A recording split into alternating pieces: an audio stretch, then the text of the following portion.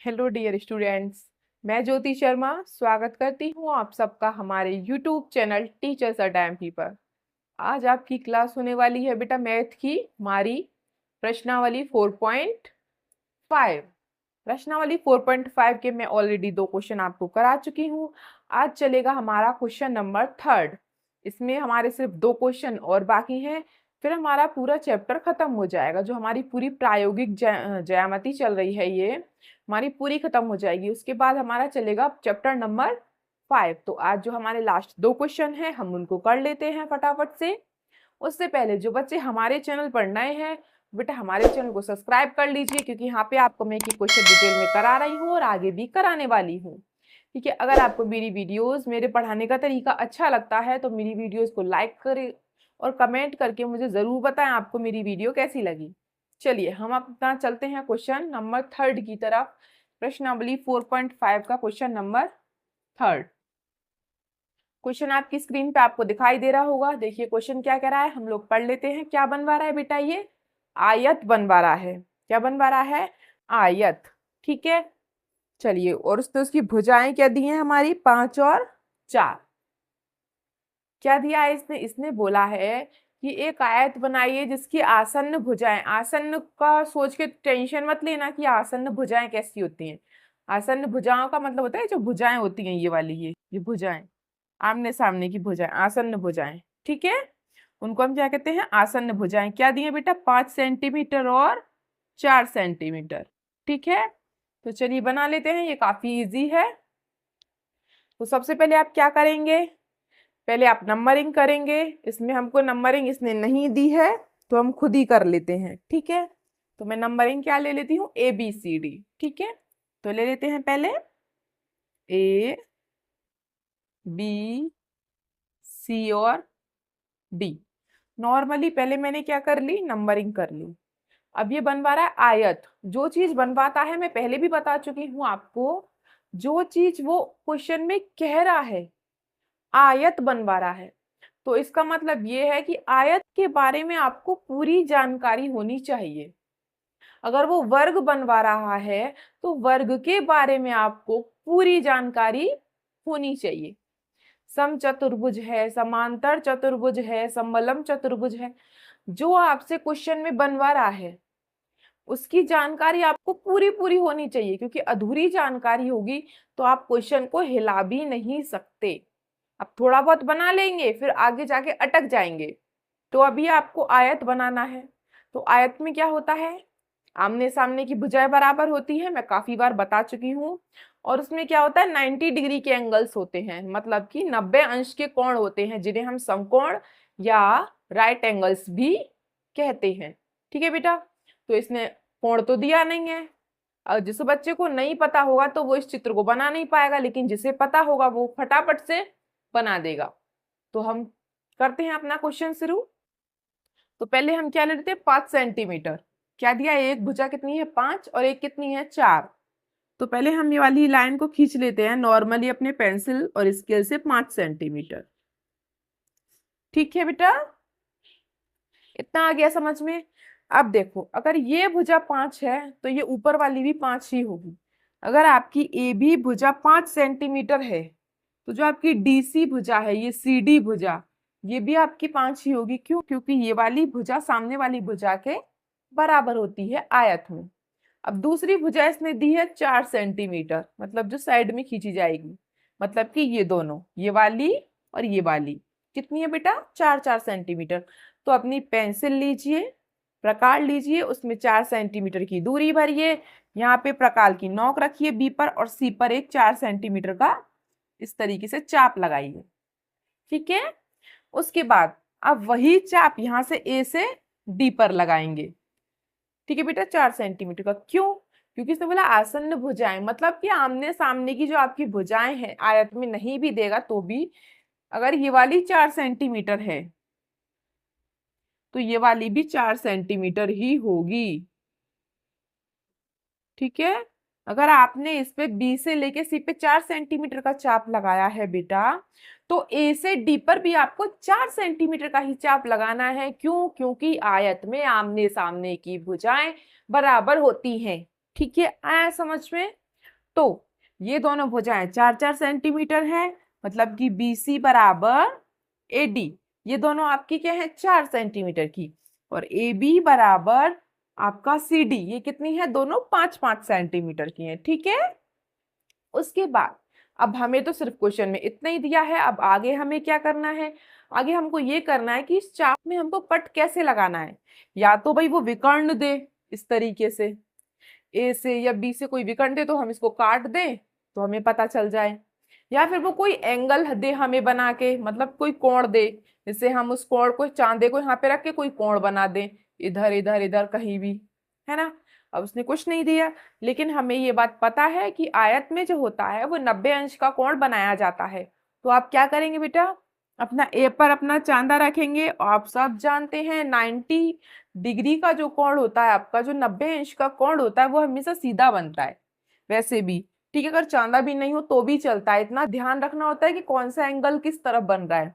तो अपना चांदा यहाँ बीचों बीच रखेंगे, आप यहाँ से बिल्कुल सीधा 90 अंश का कोण बनाएंगे तो आपका ये चाप ऐसे काटता हुआ ऊपर निकल जाएगा। ठीक है,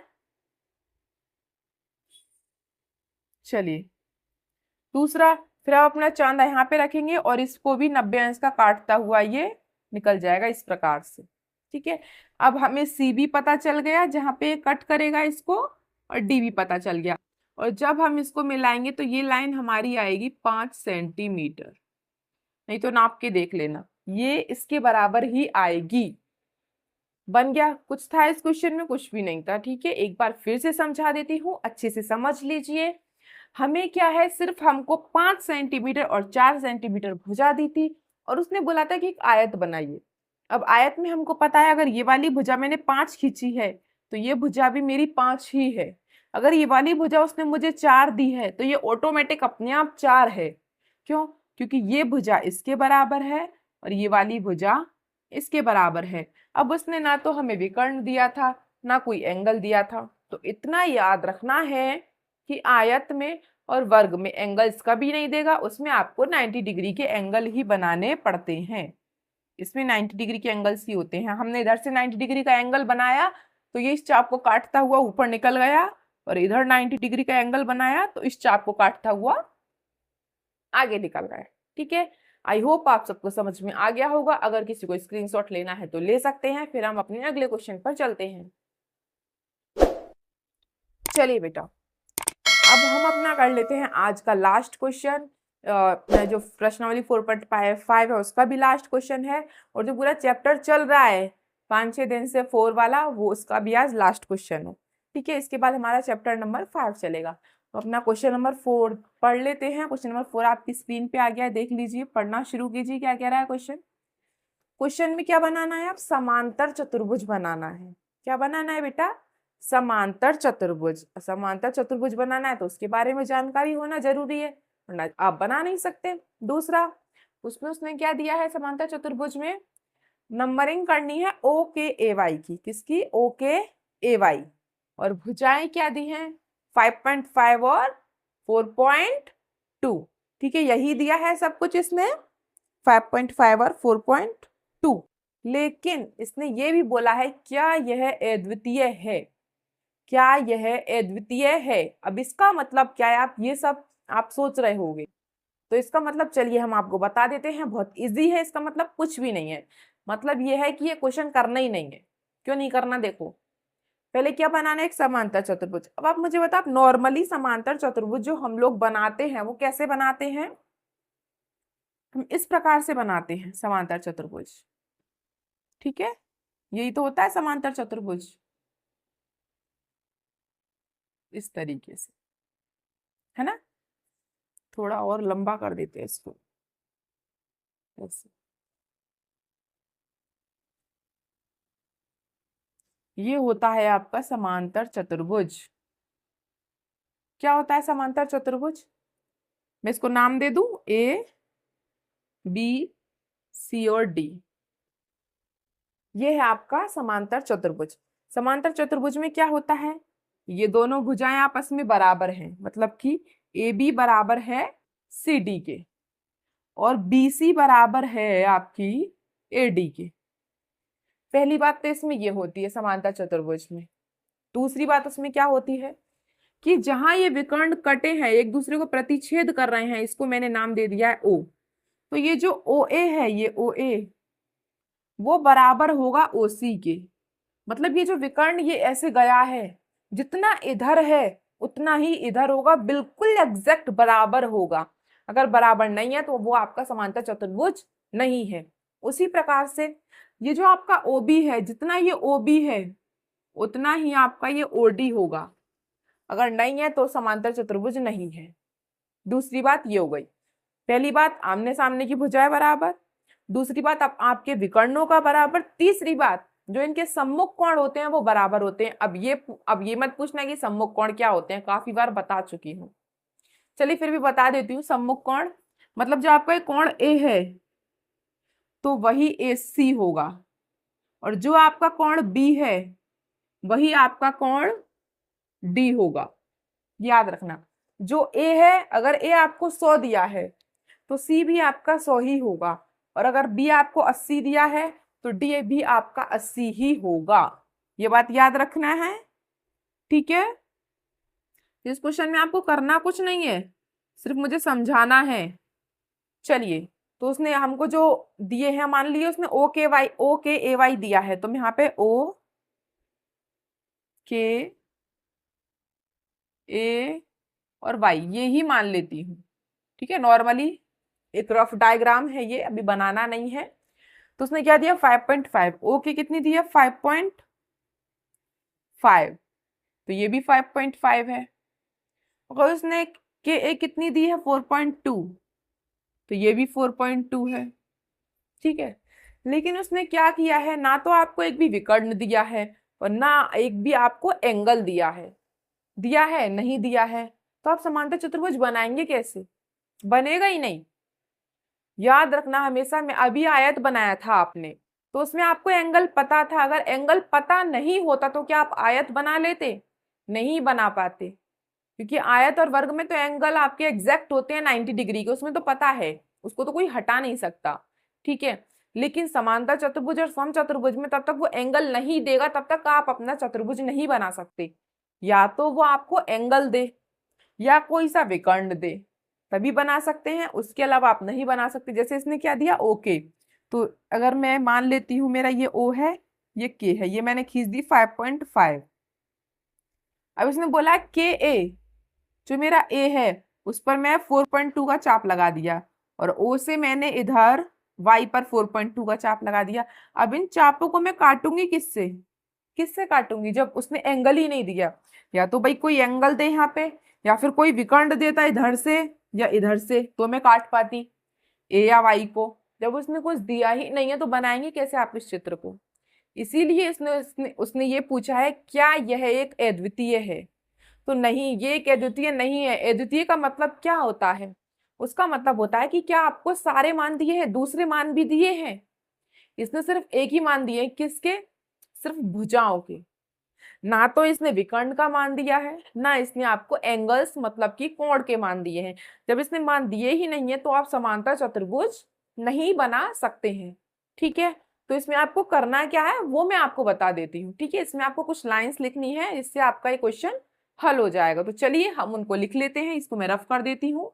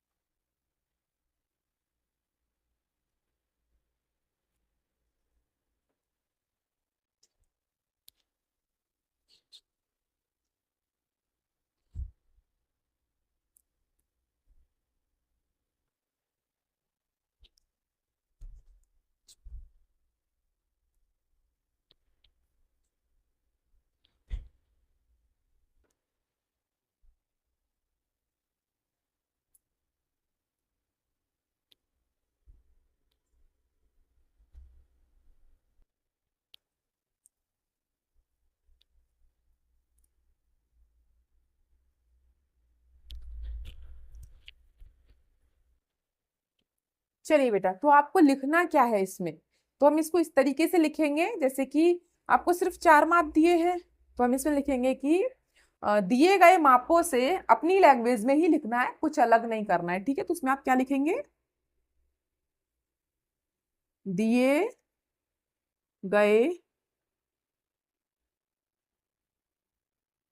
गए मापों से समांतर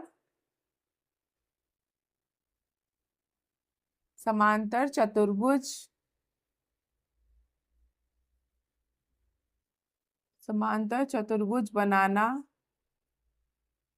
संभव नहीं है। समांतर चतुर्भुज बनाना संभव नहीं है, क्योंकि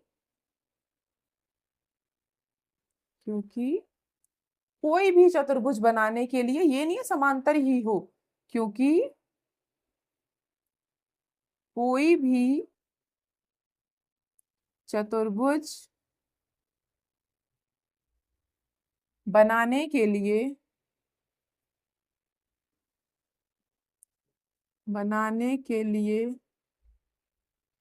कम से कम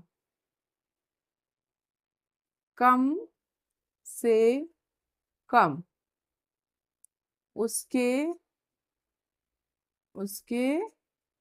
5 मान, कम से कम 5 मान। 4 तो हमें पता था चारों भुजाओं का, एक और पता होता तो हमारा समांतर चतुर्भुज बन जाता, ठीक है बेटा। तो कम से कम उसके 5 मानों का ज्ञात होना। 5 मान कौन कौन से हैं मैं यहाँ कोष्टक में लिख देती हूँ, ठीक है। 5 मान जैसे कि चारों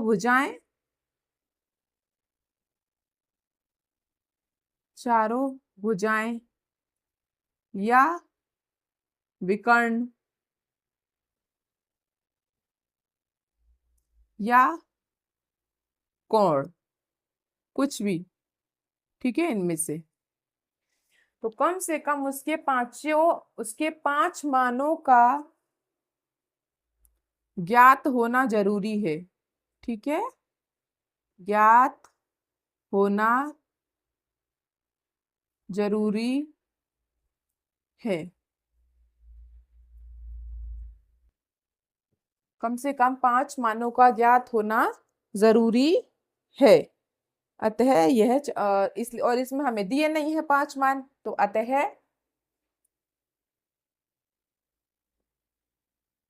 और लिख सकते हैं कुछ, दिए गए मापों से समांतर चतुर्भुज बनाना संभव नहीं है, क्योंकि कोई भी चतुर्भुज बनाने के लिए कम से कम 5 मानों का ज्ञात होना जरूरी है।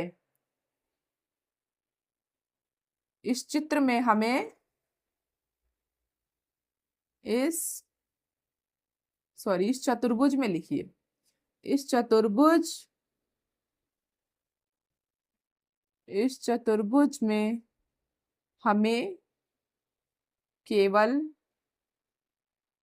4 मान ज्ञात हैं,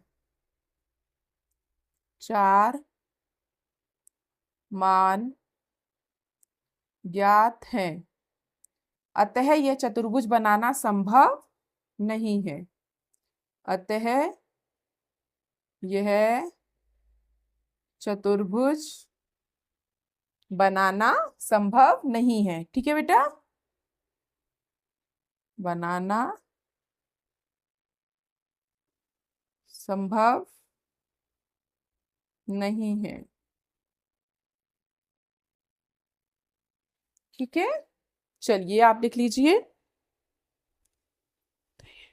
हाँ, ये द्वितीय भी तो पूछा था, मतलब कि इसका मतलब यही है कि उसने जब भुजाएं दी हैं और कुछ नहीं दिया है तो मतलब कि ये अद्वितीय नहीं है। तो आप इस लाइन को भी लिख सकते हैं, अतः यह अद्वितीय नहीं है। अतः यह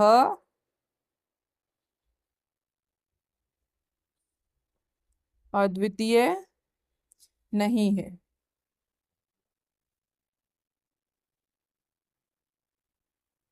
फुल स्टॉप, ठीक है। तो इसमें आपको ये लिखना है, ये मैंने कुछ, ये मत सोचना कितना लंबा चौड़ाई क्या लिख दिया है, अपनी तरफ से लिखा है मैंने खुद से बना के, ऐसे ही आपको लिखना है। जैसे कि आप थोड़ा अलग लैंग्वेज कर सकते हैं, उससे कोई प्रॉब्लम नहीं होगी। क्या था इसमें, मैं फिर से बता देती हूँ आपको। जब तक कि कोई भी चतुर्भुज बनाना है तो देखो, या तो आपको उसके चारों भुजाएं, विकर्ण या कोई कोण पता होना जरूरी है। अगर चारों भुजाएं नहीं पता है तो दोनों विकर्ण पता होना जरूरी है, या कोई एंगल्स पता होना जरूरी है। तो बेटा जब तक आपको 5 मान नहीं पता होंगे ना, तब तक आप क्या है चतुर्भुज नहीं बना सकते हैं, ठीक है। तो ये क्या है, क्योंकि और भुजाओं का जरूरी है, भुजा भी जरूरी है, या तो फिर एक विकर्ण हो या एक कॉर्ड हो, विकर्ण या कॉर्ड में चॉइस है। तो इसलिए मैंने क्या लिखा है, दिए गए मापों से, जो माप दी है उसने मान दिए हैं, दिए गए मापों से समांतर चतुर्भुज बनाना संभव नहीं है, क्योंकि कोई भी चतुर्भुज बनाने के लिए कम से कम उसके 5 मान, कौन कौन से 5 मान, भुजाएं, विकर्ण या कोण, उनका ज्ञात होना जरूरी है।